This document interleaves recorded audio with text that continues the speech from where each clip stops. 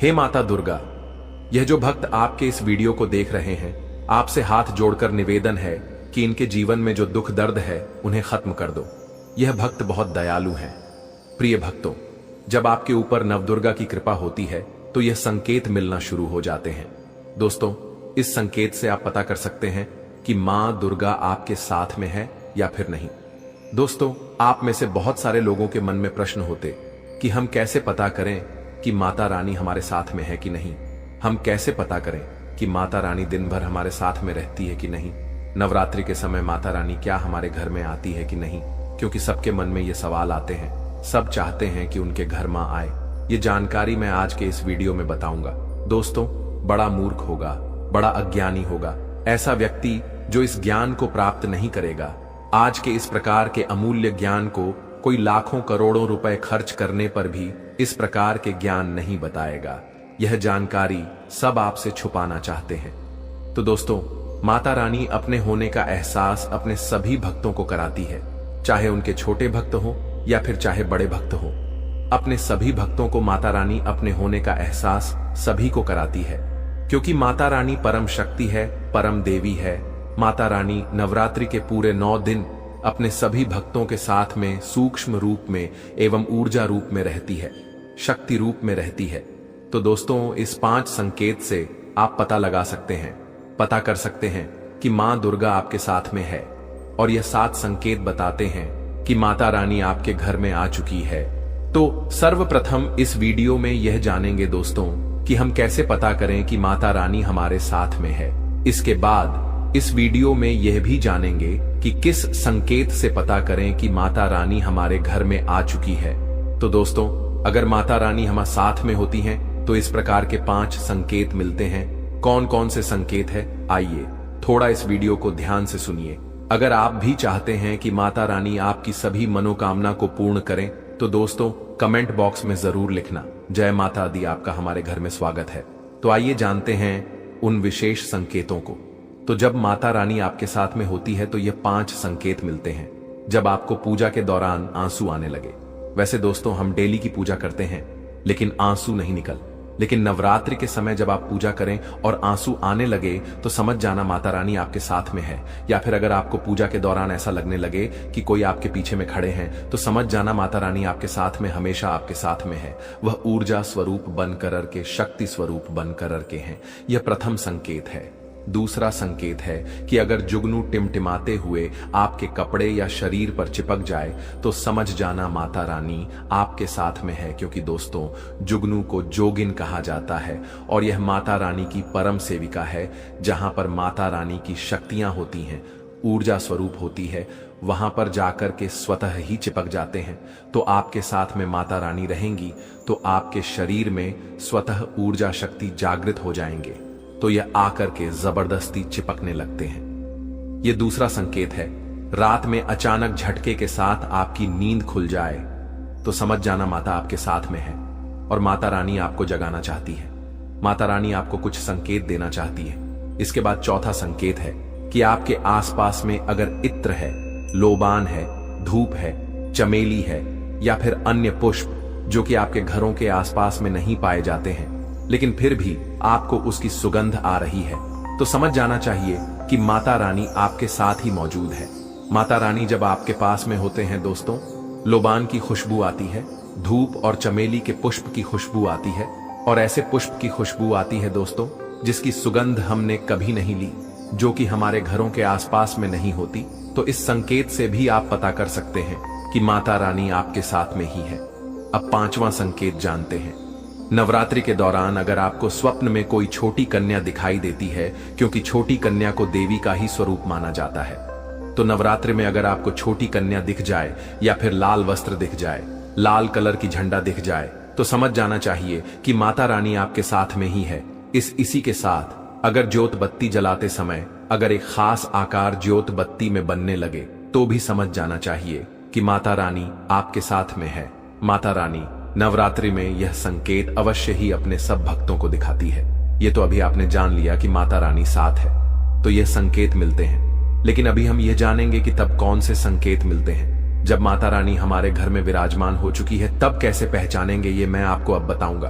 आप इन संकेतों से पता लगा सकते हैं कि माता रानी आपके घर में आ चुकी है, और फिर माता रानी आपके घर में आ जाए तो जल्द ही आपके दोस्तों जो दुख है वह कट जाते हैं और आपके दिन दुगनी रात चौगुनी तरक्की होती है।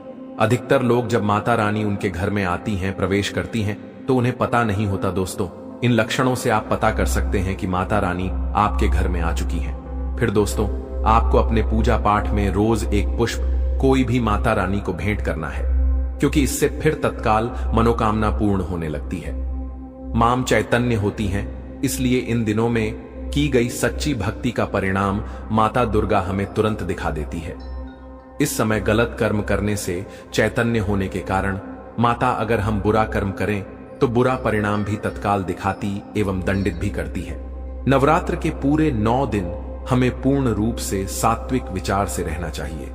हमें 9 दिनों तक छल कपट और द्वेष आदि का परित्याग कर देना चाहिए। मां दुर्गा जिस घर में आती है उस घर को तीर्थों से भी ज्यादा पवित्र एवं शुद्ध कर देती हैं। वहां रहने वाले सभी लोग की बुद्धि भक्तिमय हो जाता है और घर एकदम शांत रहता है। आप भी अपने घर में चेक करना।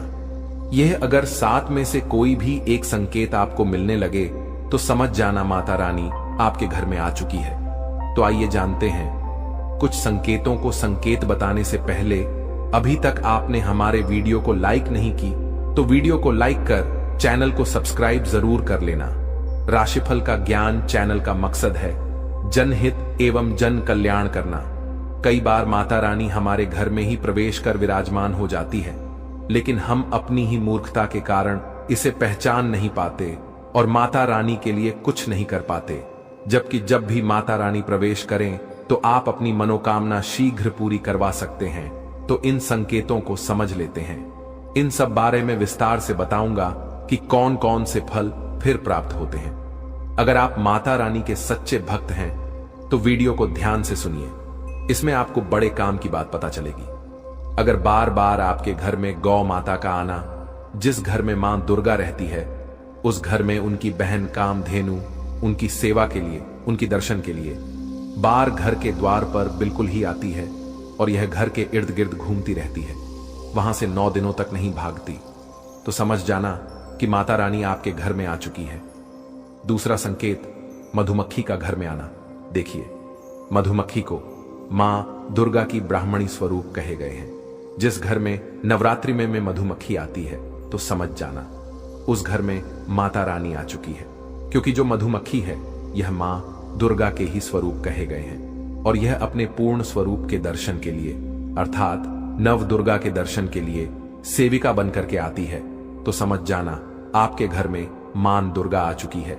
तीसरा संकेत, ज्योति का तीव्र रूप में जलना।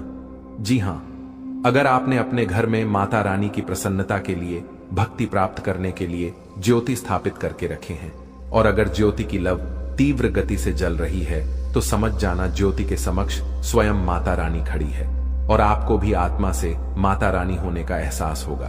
तो इस संकेत से भी पता कर सकते हैं कि माता रानी आपके घर में आ चुकी है, क्योंकि जब भी ज्योति की लो प्रचंड रूप से जलने लगे तो वह इसीलिए जलती है क्योंकि माता रानी और उनकी ऊर्जा से ज्योति की लौ बढ़ जाती है। चौथा संकेत, नवरात्रि में दीपक की बत्ती में फूल का बनना। अगर आपकी दीपक की बत्ती में अचानक से फूल बनने लगे तो समझ जाना नव दुर्गा माता आपके ऊपर बहुत प्रसन्न है, आपके ऊपर वह पूर्ण रूप से कृपा बरसा रही है और माता रानी आपके घर में आ चुकी है। अब आपके सभी कष्टों को दूर करके माता रानी इस लोक से फिर जाएगी, अर्थात आपके घर से जाएगी। पांचवा संकेत बताते हैं कि बार बार घर में अगर काले चींटी निकलने लगे, अगर काले चींटी समूह भर में निकल रहे हैं और रास्ता काट रहे हैं तो समझ जाना माता रानी आ चुकी है। छठवां संकेत, अचानक घर में मनमोहक सुगंध आने लगे। यदि आपको अपने घर में अचानक से इत्र जैसा कोई सुगंध आने लगे, तीव्र सुगंध आने लगे, ठंडी हवा चलने लगे तो समझ जाना माता रानी आ चुकी है और अपने होने का एहसास आपको करा रही है। तो इस संकेत से भी पता कर सकते हैं माता रानी आपके घर में आ चुकी है। सातवां संकेत, फटे कपड़े पहने अगर कोई याचक आ जाए तो समझ जाना माता रानी अब के द्वार पर याचक बन करके आ चुकी है।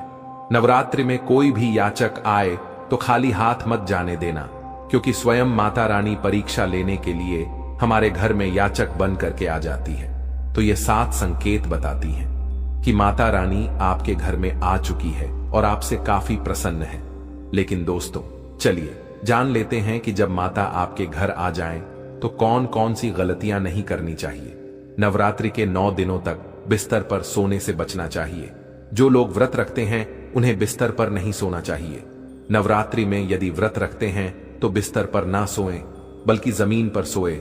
नवरात्रि में शुद्ध और सात्विक भोजन ही करना चाहिए।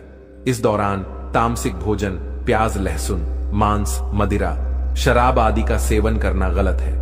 इसीलिए इससे बचकर रहे नवरात्रि में रोजाना कम से कम एक कन्या और श्रद्धा भाव से भोजन कराएं। और अष्टमी और नवमी के दिन छोटी कन्याओं को यानी कि 9 कन्या को भोजन कराना चाहिए। नवरात्रि में किसी भी महिला का अपमान ना करें, चाहे आपकी मां, बहन, पत्नी या कोई भी दूसरी स्त्री हो। सभी का सम्मान करें, अभद्र शब्दों का प्रयोग भी ना करें। नवरात्रि के दौरान बाल और नाखून नहीं काटने चाहिए। खासकर जो लोग नवरात्रि का व्रत रखते हैं वह इस नियम का विशेष ख्याल रखें। मां दुर्गा आपसे किसी बात को लेकर रुष्ट हो सकती है। नवरात्रि में किसी से भी झूठ ना बोले और ना ही किसी को गाली दें। सत्य बोले और सभी के प्रति दया भाव रखें। साथ ही आपको सलाह है कि नवरात्रि के दौरान गुस्सा करने से बचें। क्या आपको पता है रावण को आखिर क्यों ब्रह्मज्ञानी कहा जाता था? क्यों वह भगवान शिव का सबसे प्रिय भक्त कहा जाता था? क्योंकि उसकी नॉलेज वनस्पति, पेड़ पौधों और उनकी जड़ों में बहुत अधिक थी। उसे इन जड़ों का असली महत्व पता था। रावण को सभी एक विश्वज्ञानी महापंडित रावण के रूप में जानते हैं। रावण ने स्वयं बताया था कि अगर नवरात्रि के दिनों में या नवरात्रि से पहले अगर कोई भी व्यक्ति इन 3 पौधों के जड़ को अपने गले में धारण कर लेता है तो उसको धनवान बनने से विश्व की कोई भी शक्ति नहीं रोक सकती। और आप सभी लोगों को भी पता होगा कि 23 मार्च से नवरात्रि का पावन पर्व शुरू होने जा रहा है। 7 अप्रैल 2025 क्या नवरात्रि समाप्त होगी? यानी कि यह नवरात्रि 8 दिनों की होने वाली है। रावण के अनुसार तंत्र से और जड़ी बूटी से, पेड़ पौधे की कुछ क्रियाओं को करके आज भी कुछ भी किया जा सकता है। तकदीर बदल सकती है, भाग्य चमकाया जा सकता है। तो यह वीडियो को ध्यान से देखना। रावण संहिता की आज मैं आप सभी लोगों को ऐसी ही जानकारी बताने वाला हूं। रावण न केवल एक महान विद्वान पंडित था, बल्कि वह एक ज्योतिषी और भगवान शिव जी के परम भक्त भी था और अपने जमाने का एक महान वैज्ञानिक भी वही था जिसने पुष्पक विमान यानी एरोप्लेन की खोज की थी। रावण अपने 10 शीशों के कारण आज भी जाना जाता है दर्शकों, जिसके कारण उसका नाम दशानन पड़ा है। देखिए, रावण ने ही शिव तांडव स्तोत्र और शिव संहिता की रचना की है। आज जो आप रावण के शिव तांडव स्तोत्र का जो गान करते हैं, ना भगवान शंकर को प्रसन्न करने के लिए, वह रावण के द्वारा ही रचित है। रावण संहिता में रावण के धनवान होने का राज्य सहित ऐसे कई तंत्र मंत्र के बारे में भी लिखा है जिससे गुप्त और गड़ा धन आपको बहुत ही आसानी से मिल सकते हैं।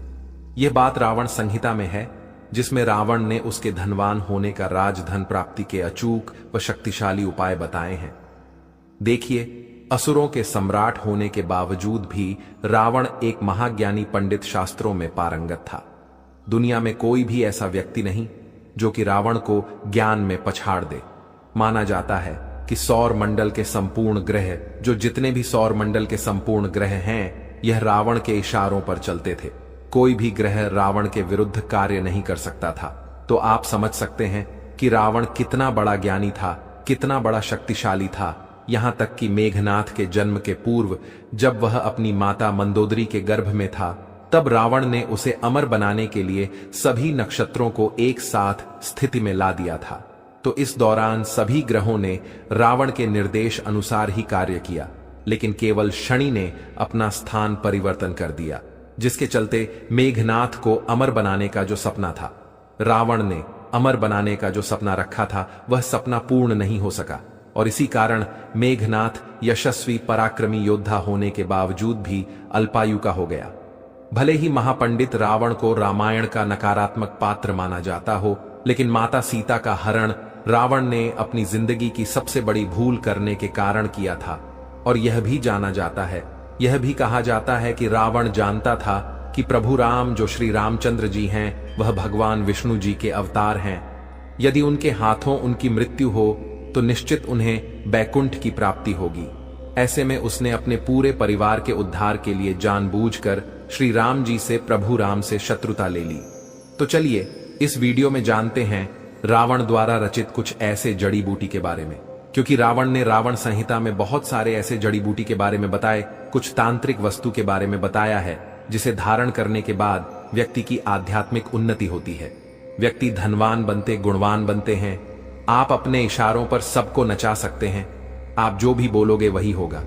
अर्थात रावण ने जो रावण संहिता में रावण संहिता जो बुक लिखी उसमें बहुत सारे तांत्रिक वस्तु के बारे में बताए, जिससे व्यक्ति धारण करने के बाद दूसरे के मन मस्तिष्क को नियंत्रित कर सकते हैं। यह बहुत सारे आप जो है क्रियाओं को कर सकते हैं, अर्थात आप दूसरे को वशीभूत कर सकते, साथ ही साथ धनवान बन सकते हैं।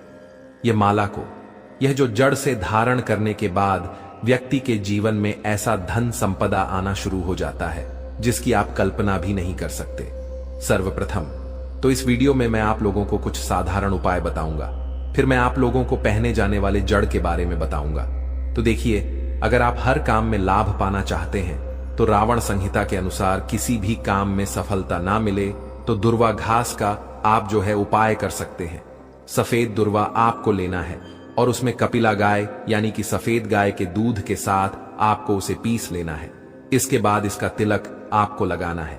ऐसा करने से जहां भी आप जाएंगे आपको उस कार्य में सफलता मिलती ही चली जाएगी। यह वशीकरण का काम करता है, जबरदस्त पावरफुल वशीकरण का काम करता है। और भी बहुत अच्छा गुप्त जानकारी बताने से पहले रावण संहिता की और भी जो कीमती जानकारी वह सब मैं आपको फ्री में बता रहा हूं। यह जानकारी आपको किसी किताब में नहीं मिलेगी। तो ये सारी जानकारी बताने से पहले सभी दर्शकों से गुजारिश करना चाहूंगा, कमेंट बॉक्स में अभी तक जय श्री राम नहीं लिखे तो जय श्री राम जरूर लिखना। रावण संहिता के अनुसार अगर जातकों को व्यापार में नुकसान ही नुकसान हो रहा हो या फिर जातकों को धन निधान की कमी हो तो कुबेर मंत्र का जाप जरूर करना चाहिए।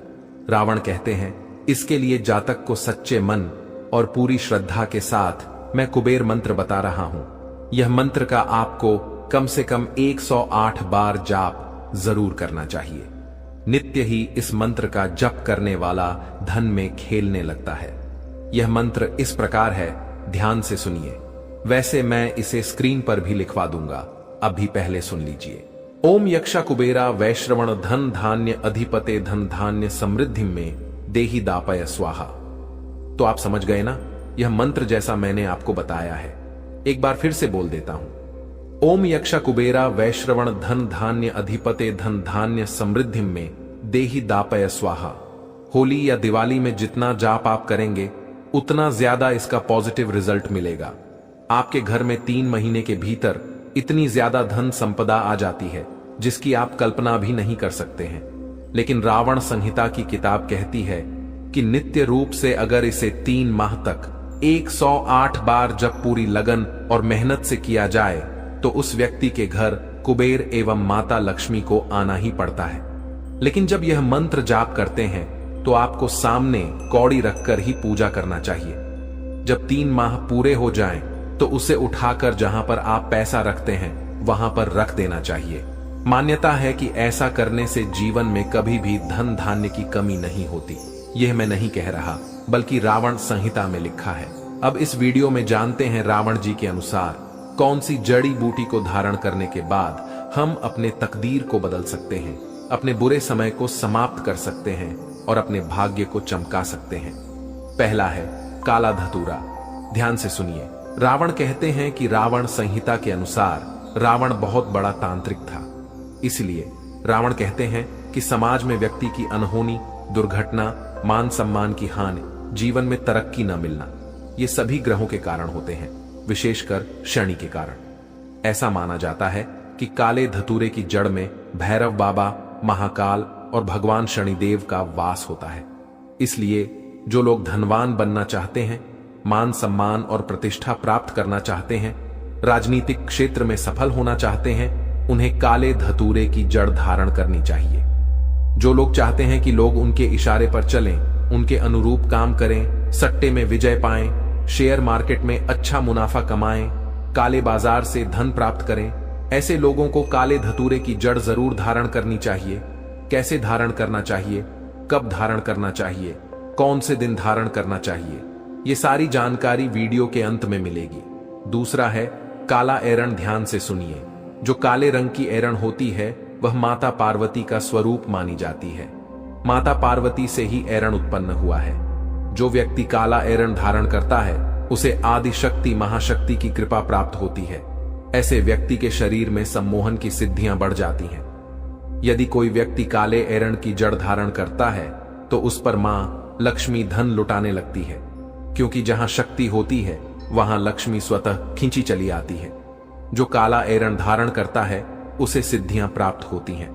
9 प्रकार की सिद्धि और 18 प्रकार की निधि स्वतः प्राप्त होना शुरू हो जाती है। इसके कुछ आंशिक रूप भी मिलते हैं जिनका प्रभाव जीवन में सकारात्मक परिवर्तन लाता है। तीसरा है काली हल्दी। ध्यान से सुनिए। मार्केट में सबसे ज्यादा बिकने वाली तांत्रिक चीजों में काली हल्दी की गणना होती है। काली हल्दी को साक्षात माता काली का स्वरूप कहा गया है। अगर आपको ओरिजिनल काली हल्दी मिल जाए तो ऐसा माना जाता है कि चलते ट्रेन को भी व्यक्ति रोक सकता है, बंद ताले को खोल सकता है और किताब में लिखी स्याही को भी मिटा सकता है। काली हल्दी से अनेक प्रकार की तांत्रिक क्रियाएं की जाती हैं। धार्मिक और तांत्रिक ग्रंथों में लिखा गया है कि काली हल्दी से व्यक्ति नोटों की बारिश तक कर सकता है। अब यह होता है या नहीं यह अलग बात है, लेकिन किताबों में यह जानकारी जरूर मिलती है। रावण संहिता के अनुसार जो भी व्यक्ति काली हल्दी धारण करता है उससे काली शक्तियां हमेशा दूर भागती हैं। ऐसे व्यक्ति की साक्षात माता काली रक्षा करती है, पुत्र की भांति।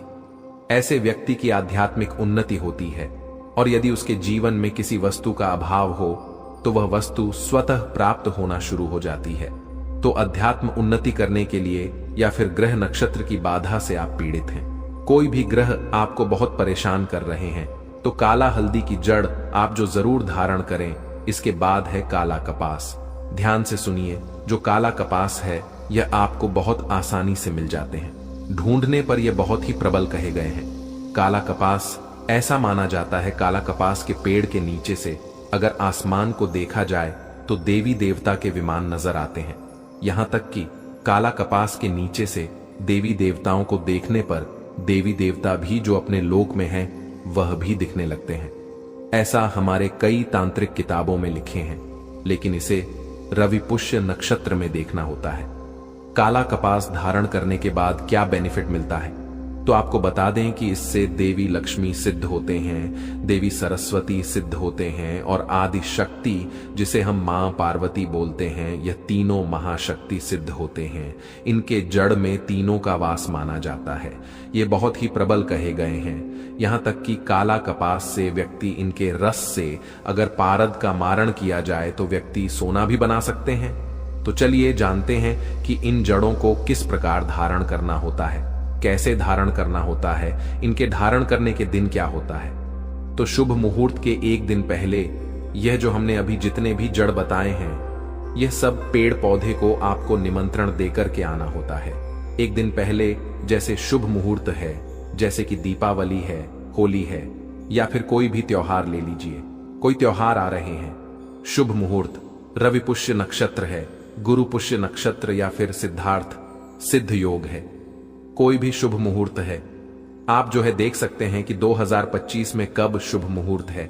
इस प्रकार से आप सर्च करके देख सकते हैं। तो शुभ मुहूर्त में एक दिन पहले आपको इसे निमंत्रण देकर के आना होता या चाहते तो रविवार के एक दिन पहले शनिवार के दिन निमंत्रण देकर भी आ सकते हैं, जब आपको अर्जेंट हो। इसके बाद शुभ मुहूर्त में निमंत्रण देना आपको जाना होता है। इसके लिए आपको चावल रखना है, पीले चावल रखना है, आपको 5 अगरबत्ती रख लेना है और 1 आपको नारियल रखना है। इसके बाद आपको अगरबत्ती जलाना है वहां पर। इसके बाद नारियल वहां पर आपको भेंट कर देना है। जो भी पेड़ पौधे की जड़ लाना चाहते हैं, जैसे कि आप काले धतूरे की जड़ लाना चाहते हैं, तो वहां पर नारियल आपको भेंट करना है, चढ़ा देना है और फिर आपको प्रार्थना करना है कि हे औषधि महाराज, हे वृक्ष, आज मैं आपके जड़ का प्रयोग करने जा रहा हूं। इस कार्य के लिए कार्य में बोल देना। धन प्राप्ति क्षण के जो कुदृष्टि हैं उनके बचाव करने के लिए, अपने आत्म कल्याण करने के लिए इस प्रकार से प्रार्थना करना है। जो भी जड़ लाए तो उनसे प्रार्थना करना है। इसके बाद आप उन्हें बोलना कि कल मैं प्रातः काल सूर्योदय से पहले आपको ले जाने आऊंगा, कृपा आप मुझे अनुमति दें। इस प्रकार से प्रार्थना कर लेना है और आपको फिर सुबह प्रातः काल जाना है स्नान करने के बाद, और चुपके से इसे जड़ को ले आना है। फिर इसके बाद इसे आपको सर्वप्रथम गंगा जल में धोना, दूध से स्नान करा देना है।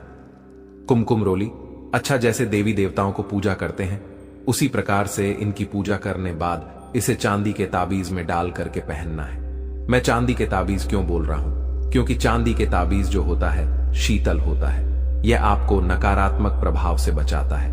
तो आपको चांदी की ताबीज में इसे डालना है और पहनना है। जो दिन होता है बुधवार और शनिवार, ये 2 दिन हमारे धर्मशास्त्रों में कहे गए हैं, क्योंकि जो बुध है इसे तांत्रिक देव कहे गए हैं, और शनि की जो प्रकृति होती है जड़ी बूटी धारण करने के लिए उग्रता मानी जाती है, तुरंत रिजल्ट देने वाली प्रकृति होती है। दोस्तों, तो बुधवार और शनिवार के दिन आप इसे पहन सकते हैं। इसी से तकदीर बदल सकता है, आपके भाग्य चमक सकता है। एक बार तो आप इसे धारण करके देखें, आपके जीवन में परिवर्तन आएगा और आप खुद देखना, देखते देखते आप उन ऊंचाइयों पर पहुंच जाएंगे जिसकी लोग कल्पना भी नहीं कर सकते। तो रावण संहिता के अनुसार, जैसे रावण संहिता में बताए गए हैं जड़ी बूटी के बारे में धारण करने के तरीका, सारे तरीके इस वीडियो में मैंने आपको बताए हैं। तो आप इसे अपने जीवन में प्रयोग जरूर करके देखें, आपको लाभ जरूर मिलेगा। अब बात करें अगले उपाय की। तो आज के इस वीडियो में हम बात करेंगे आंकड़े के पौधे की जड़ के बारे में। आंकड़े का जो पौधा होता है महाकाली का अति प्रिय यह पौधा होता है, और महाकाली की जितनी साधनाएं होती हैं या फिर जितनी तंत्र साधनाएं होती हैं, बिना आंकड़े के पौधे की कोई भी वस्तु के साधना नहीं हो पाती है। यानी कि आंकड़े का जो पौधा होता है, इसकी पत्तियां होती हैं, इसकी जड़ होती है, इसके जो फूल होते हैं, अपने आप में ही तंत्रोक्त शक्तियों को अपने अंदर समेटे हुए होते हैं। बल्कि यूं भी कहा जाता है कि महाकाली का वास आंकड़े के पौधे में होता है। महाकाली के जो 64 गण होते हैं उनका वास भी आंकड़े के पौधे में बताया जाता है। बल्कि आपको यह भी बता दें कि काफी सारे तांत्रिक जो मंत्र साधना आदि वगैरह करते हैं, या जो तंत्र साधना आदि वगैरह भी करते हैं, वह सब भी आंकड़े के पौधे की जड़ का इस्तेमाल निश्चित ही करते हैं। सामने वाले को सम्मोहन करने के लिए, या फिर इसका तिलक अगर लगाया जाता है तो इससे वाक सिद्धि की भी प्राप्ति होती है। वाक सिद्धि उसे कहा जाता है कि जिसे यह प्राप्त हो जाए, वह इंसान जो कुछ भी बोलता है वह बिल्कुल परम सत्य बन जाता है। चाहे वह किसी को कुछ भी कह दे तो उसे बिल्कुल सत्य होना ही पड़ता है। तीनों देवियां, माता लक्ष्मी, माता सरस्वती और मां दुर्गा यानी महाकाली का स्वरूप आंकड़े के पौधे में बसता है।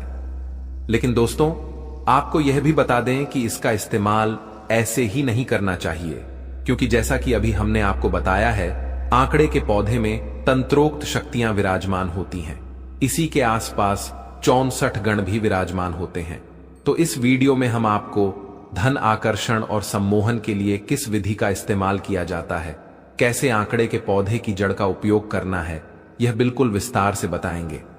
आगे बढ़ने से पहले सबसे पहले तो यह बता दें कि अगर आप हमारे चैनल में नए हैं तो जल्दी से चैनल को सब्सक्राइब करें और बेल बटन भी अवश्य दबाकर रखें, जिससे इसी प्रकार की खास जानकारी वाले वीडियो आपको हमेशा सबसे पहले मिलते रहे। आपको यह भी बता दें कि इसी चैनल में हमेशा खास चीजें बताई जाती हैं, और अगर आप किसी साधना के बारे में पूछना चाहते हैं, चाहे वह यक्षण साधना हो, अवसर साधना हो या कोई अन्य साधना, तो आप कमेंट बॉक्स में लिख सकते हैं। जय माता दी लिखकर आप कोई भी अपने सवाल पूछ सकते हैं। हम आपकी सहायता करने का पूर्ण प्रयास करेंगे। तो दोस्तों, अब बात करते हैं आंकड़े के पौधे के फायदों के बारे में कि इसका उपयोग किस प्रकार किया जाता है। सबसे पहले तो यह जान लें कि यह एक जंगली पौधा कहलाता है। अब आप यह देखें कि जितने भी जंगली पौधे होते हैं उनमें कुछ न कुछ औषधीय गुण अवश्य ही मौजूद होते हैं। जैसे कि भांग का पौधा, यह भी एक जंगली पौधा होता है जो अपने आप ही कहीं भी सड़क किनारे उग जाता है। और कई तरह की समस्याओं के समाधान में इसका उपयोग किया जाता है। खास तौर पर मानसिक रोगों में इसका उपयोग किया जाता है। जिन लोगों को वायु दोष अधिक होता है, यानी उनके शरीर में वायु दोष अधिक उत्पन्न होता है, या फिर जिनमें कफ दोष अधिक होता है, उनके लिए भी यह बहुत फायदेमंद होता है। बल्कि आपको यह भी बता दें कि आयुर्वेद में भी वायु दोष, पित्त दोष और कफ दोष को संतुलित करने के लिए भांग और अन्य औषधीय पौधों का उपयोग किया जाता है। लेकिन अभी हम बात करेंगे आंकड़े के पौधे और उसकी जड़ के बारे में कि किस प्रकार इसकी जड़ सम्मोहन और आकर्षण के लिए बहुत अधिक सिद्ध होती है। यह इस प्रकार कार्य करती है कि जो भी चीजें आपके मन में चलती हैं, उन्हें यह साकार करने में मदद करती है। आपको यह बता दें कि हमारे शरीर में 7 प्रकार के चक्र होते हैं, जिनमें सबसे मुख्य आज्ञा चक्र होता है। अगर किसी व्यक्ति का आज्ञा चक्र सक्रिय हो जाए तो वह जिस भी चीज की कामना करता है वह चीज उसके पास ना आए, ऐसा हो ही नहीं सकता। भगवान शिव आज्ञा चक्र के अधिपति माने जाते हैं और जिस व्यक्ति का आज्ञा चक्र सक्रिय होता है उसे बिल्कुल भी डर नहीं लगता। वह निडर होकर जीवन जीता है। उसकी वाणी और आंखों में तेज उत्पन्न हो जाता है। यहां तक कि जब वह किसी को देखता है तो सामने वाले के मन में वही विचार उत्पन्न हो जाते हैं जो वह चाहता है। जितनी भी टेलीपैथी और सम्मोहन साधनाएं होती हैं, वे सभी केवल आज्ञा चक्र के माध्यम से ही की जाती हैं। तो दोस्तों, आंकड़े के पौधे की जड़ को अवश्य निकाल कर लाएं। आपके घर के आसपास बहुत सारे आंकड़े के पौधे होंगे, इनकी जड़ को आप निकाल लें। लेकिन इस बात का बेहद खास ध्यान रखें कि राहु काल में इसे बिल्कुल भी न निकालें। इसके लिए आप काल अवश्य देख लें। खास तौर पर सुबह के समय में इसे निकालना सबसे अच्छा होता है, क्योंकि राहु काल अधिकतर दिन में होता है। इसलिए सुबह के समय जब आप मॉर्निंग वॉक पर जाएं तो 7 से 8 बजे के आसपास इसे निकाल सकते हैं। किसी भी दिन इसे निकाला जा सकता है और इसे बार बार भी निकाला जा सकता है, यानी जब भी इस प्रयोग को करना हो दोबारा इसकी जड़ निकाली जा सकती है। क्योंकि जब आप इस प्रयोग का उपयोग करेंगे तो यह बहुत तेजी से कार्य करता है।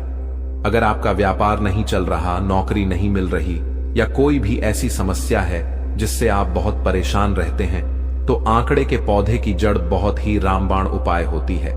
अगर आपको सर में दर्द रहता है, आप चाहते हैं कि आपका व्यापार बढ़े, धन आकर्षित हो, नौकरी में प्रमोशन मिले या कोई व्यक्ति विशेष आपको छोड़कर न जाए, तो इन सभी चीजों में आंकड़े के पौधे की जड़ बहुत ही ज्यादा प्रभावशाली होती है। कहां और कौन कौन से उपायों में इसका उपयोग किया जाता है, यह भी हमने आपको बता दिया। अब इसकी विधि के बारे में जानते हैं कि इसका उपयोग कैसे किया जाता है। कौन कौन सी विधियां होती हैं, यह जानने के लिए आगे वीडियो देखते रहें। सम्मोहन के लिए अगर धन आकर्षण करना चाहते हैं तो उसकी अलग विधि है। अगर किसी व्यक्ति विशेष को अपनी ओर आकर्षित करना चाहते हैं तो उसके लिए आपको केवल इतना करना है कि केसर के जो पत्ते होते हैं, जो सूखी केसर होती है, वह आपको लेकर आ जानी है और आंकड़े के पौधे की जड़ और केसर को एक साथ मिलाकर बिल्कुल महीन पेस्ट बना लेना है। इस बात का ध्यान रखना है कि यह आपको सिलबट्टे का ही इस्तेमाल करना है, मिक्सी का इस्तेमाल बिल्कुल नहीं करना है।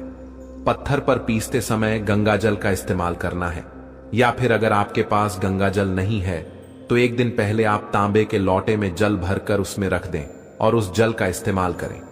अब आपको केवल इतना करना है कि जिस भी व्यक्ति विशेष को आप चाहते हैं कि वह आपको छोड़कर ना जाए, उसके मन में आपके प्रति अटूट और अपार प्रेम हो, वह आपसे बहुत अधिक प्रेम करे, तो इस पेस्ट को पीसते समय उस व्यक्ति का ध्यान करें। काफी सारी महिलाएं हमसे इस बारे में पूछती हैं।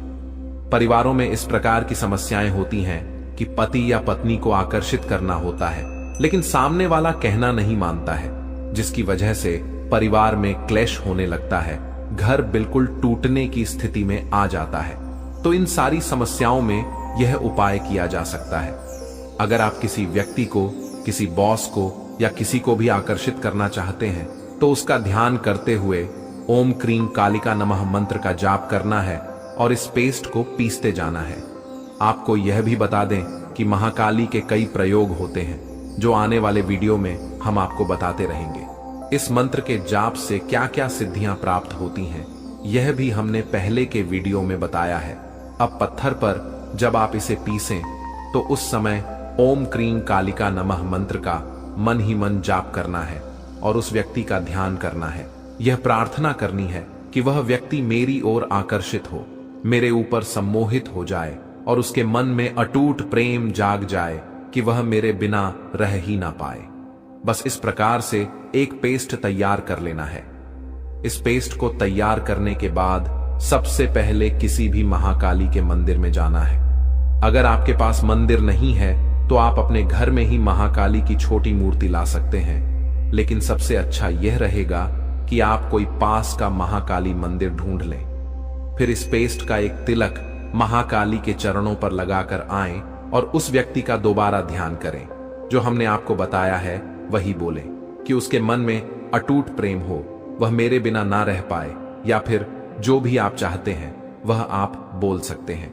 इसके पश्चात बस इस पेस्ट का इस्तेमाल रोज करना शुरू कर दें। रात को सोने से पहले इसे अपने आज्ञा चक्र पर लगाएं, या फिर जब उस व्यक्ति के सामने जाएं तो इस पेस्ट को लगा कर जाएं। यह बात ध्यान रखें कि केसर की मात्रा इतनी होनी चाहिए कि पेस्ट बिल्कुल रेड हो जाए, या फिर हल्का लाल भी हो तो भी बहुत अच्छा है, लेकिन केसर की मात्रा उतनी ही रखनी है जितनी जड़ की मात्रा है।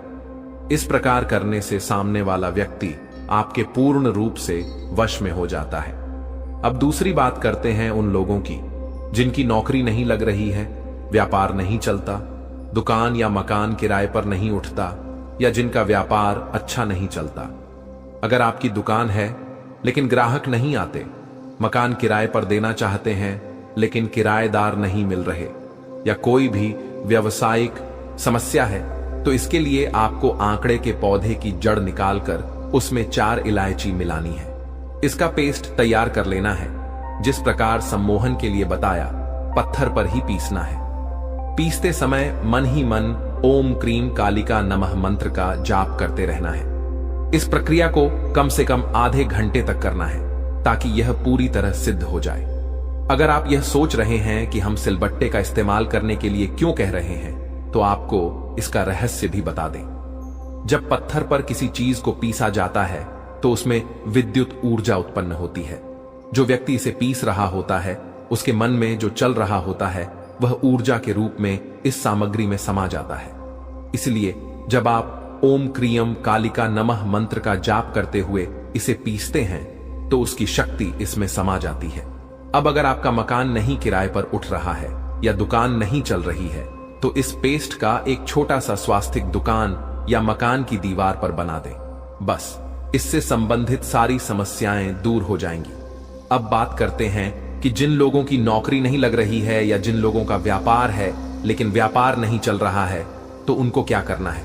इसके लिए केवल इतना करना है कि आंकड़े के पौधे की जड़ लेकर आनी है और 12 चमेली के फूल आपको लेकर आने हैं। इसके साथ अगर आपको पुदीना के फूल मिल जाते हैं तो बहुत ही अच्छा है। अगर नहीं मिलते हैं तो पुदीना के पत्तों का भी इस्तेमाल किया जा सकता है। 12 चमेली के फूल लेने हैं, आंकड़े के पौधे की जड़ लेनी है और पुदीना के पत्ते या उसके फूल मिल जाएं तो बहुत अच्छा है।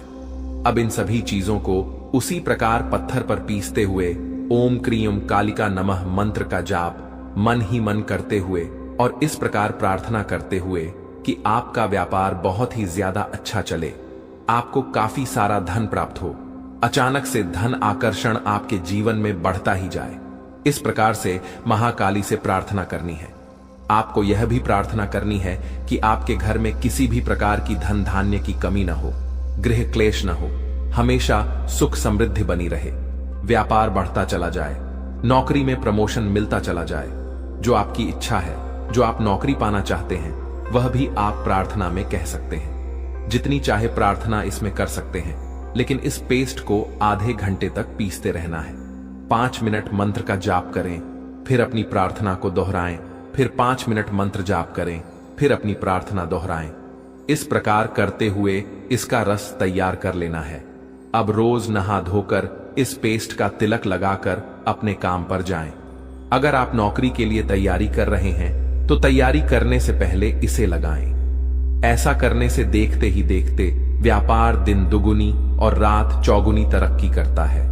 बल्कि इस तिलक को जो व्यक्ति रोज अपने माथे पर लगाकर रखता है, उसकी जेब कभी खाली नहीं होती, उसकी तिजोरी हमेशा भरी रहती है, घर धन धान्य से भर जाता है। खासकर महाकाली का सुरक्षा कवच भी उसके चारों ओर बना रहता है, जिससे बुरी नजर नहीं लगती। अक्सर जब किसी व्यक्ति का व्यापार अच्छा चलता है तो आसपास के लोग, खासकर दुकानदार या रिश्तेदार, बुरी नजर लगा देते हैं। लेकिन अब समय आ गया है कि आप अपने जीवन को बेहतर बनाने के लिए कदम उठाएं। सबसे पहले अपने आसपास के लोगों को ध्यान से परखें और यह समझें कि कौन आपका सच्चा मित्र है और कौन आपका दुश्मन। देवी मां और भगवान का ध्यान करें और उनकी कृपा से अपने जीवन में सकारात्मकता लाएं। याद रखें कि हर परेशानी का हल होता है और आपके जीवन की यह समस्या भी जल्द ही समाप्त हो जाएगी। इन दुश्मनों की सच्चाई को जानने और उनसे दूर रहने का यह समय है। भगवान का आशीर्वाद और देवी मां की शक्ति आपके साथ है और आप इन सभी मुश्किलों को पार कर लेंगे। यह भी समझें कि आपका भाग्य और आपकी मेहनत आपके सबसे बड़े साथी हैं। दुश्मनों की चालों को नकारात्मकता में बदलने की बजाय उन्हें अपने आत्मबल और सकारात्मकता से हराएं। आपकी मेहनत और ईश्वर का आशीर्वाद आपके जीवन को नई ऊंचाइयों तक ले जाएगा। तो दोस्तों, यह समय आपके जीवन में बदलाव लाने का है। अपने दुश्मनों की सच्चाई को जानें, उनसे सावधान रहें। जीवन में जो परेशानियां और तकलीफें चल रही हैं, उनकी जड़ वहीं छुपा हुआ दुश्मन है, जो आस्तीन का सांप बनकर आपके साथ रहता है।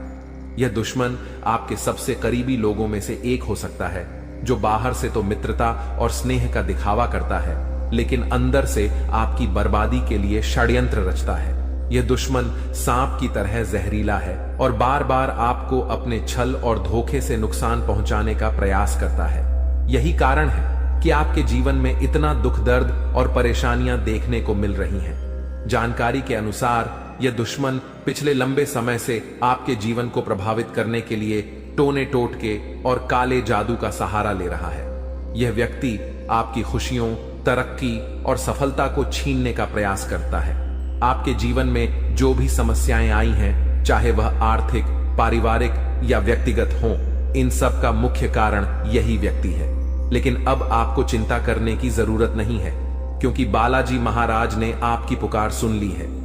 बागेश्वर बाबा की पर्ची में इस व्यक्ति का नाम उजागर हो चुका है। अब बालाजी महाराज इस दुश्मन के खिलाफ क्रोधित हो चुके हैं। उनकी कृपा और न्याय से अब यह दुश्मन बच नहीं सकता। बालाजी महाराज ने आपकी रक्षा का संकल्प लिया है और अब इस दुश्मन को अपने किए की सजा भुगतनी ही होगी। यह व्यक्ति जिसने आपके जीवन को बर्बाद करने का हर संभव प्रयास किया है, अब अपने कर्मों का फल भुगतेगा। आपको सतर्क रहने की आवश्यकता है, क्योंकि जो दुश्मन खुलेआम सामने होता है, उससे निपटना आसान होता है। लेकिन वह व्यक्ति जो आपकी पीठ पीछे वार करता है, अधिक खतरनाक होता है। यही व्यक्ति आपके जीवन को अंधकार में धकेलने की कोशिश करता है। वह छुप छुप कर आपके खिलाफ साजिश रचता है और आपके जीवन को नुकसान पहुंचाने का हर संभव प्रयास करता है। बालाजी महाराज की कृपा दृष्टि अब आपके ऊपर है, इसलिए आपको डरने की जरूरत नहीं है। आपकी कठिनाइयां जल्द ही समाप्त होंगी। यह दुश्मन जिसने आपको बर्बाद करने के लिए काले जादू और टोने टोटके का सहारा लिया, अब अपनी करतूतों का अंजाम भुगतेगा। बालाजी महाराज के न्याय से कोई नहीं बच सकता और अब इस दुश्मन को अपने किए की सजा जरूर मिलेगी। आपको यह भी समझने की जरूरत है कि इस व्यक्ति के साथ किसी भी तरह का भावनात्मक जुड़ाव रखना आपके लिए घातक हो सकता है। इसलिए अपनी भावनाओं पर नियंत्रण रखें और इस दुश्मन से पूरी तरह से सावधान रहें। अपने आसपास के लोगों को ध्यान से परखें और समझें कि कौन आपका सच्चा शुभचिंतक है और कौन आपकी बर्बादी की वजह है। बालाजी महाराज की कृपा से अब आपका जीवन नई दिशा में जाएगा। यह समय आपके लिए जागरूक और सतर्क रहने का है। ध्यान रखें कि आपकी मेहनत और ईश्वर का आशीर्वाद ही आपके जीवन को नई ऊंचाइयों तक ले जाएगा। आप अपने जीवन में जो भी सकारात्मक परिवर्तन चाहते हैं, वह अब जल्द ही संभव होगा। याद रखें, भगवान का न्याय हमेशा सही समय पर होता है। वह व्यक्ति जिसने आपके जीवन को बर्बाद करने की कोशिश की, अब अपनी सजा से नहीं बच सकता। बालाजी महाराज की शक्ति और आशीर्वाद आपके साथ है। आपका जीवन अब सुख, समृद्धि और शांति से भरने वाला है। इसलिए सच्चे श्रद्धा भाव से बालाजी महाराज का स्मरण करें, उन्हें धन्यवाद दें और उनकी कृपा के लिए प्रार्थना करें। आपका भविष्य उज्जवल है और अब आपके जीवन की हर कठिनाई समाप्त होने वाली है। जय बालाजी महाराज। ऐसे लोगों से बचने और सावधान रहने के लिए आपको विशेष रूप से सतर्क और जागरूक होना पड़ेगा, क्योंकि दुश्मन अक्सर अपनी चालाकी और छल के दम पर हमारे साथ रहते हुए हमें नुकसान पहुंचाने की कोशिश करते हैं। ये दुश्मन जो पिछले 12 वर्षों से आपके जीवन को बर्बाद करने की कोशिश में लगा हुआ है, अब अपने किए की सजा भुगतने वाला है। बागेश्वर बालाजी महाराज की कृपा और आशीर्वाद आपके जीवन को पूरी तरह से बदलने वाले हैं और अब आपका जीवन सुख समृद्धि से भरने वाला है। इस तरह के लोगों से बचने का सबसे पहला कदम है अपनी ऊर्जा और विश्वास को मजबूत करना। जब आपकी आत्मा मजबूत होती है तो कोई भी टोना टोटका या काला जादू आपका कुछ नहीं बिगाड़ सकता। बागेश्वर बालाजी महाराज का नाम स्मरण करते रहना और उनकी कृपा का आभार व्यक्त करना इस प्रक्रिया में बहुत महत्वपूर्ण है। जब आप उनकी शरण में रहते हैं तो आपका दुश्मन चाहे जितना भी प्रयास कर ले, वह आपके जीवन को प्रभावित नहीं कर सकता। जानकारी के अनुसार आपका दुश्मन छुपकर वार करता है और आपके जीवन में दुख, तकलीफ और बाधाएं खड़ी करने का प्रयास करता है।